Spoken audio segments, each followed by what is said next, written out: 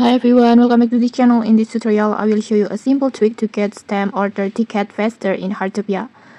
Like once you reach level 35, you will unlock the order machine.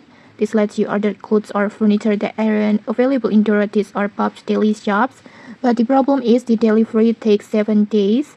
To speed up, you need an order ticket that's stamped by 4 different players.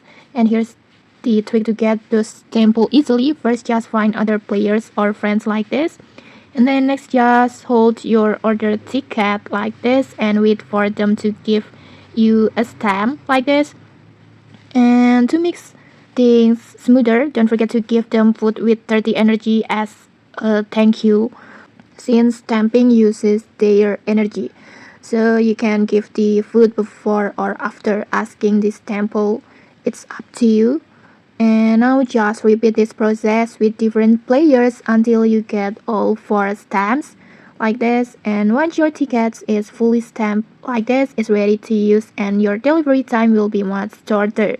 And okay, that's it. Just try this trick and save your time. If you found this helpful, don't forget to like, comment, and subscribe for more tutorials. Thanks for watching and see you.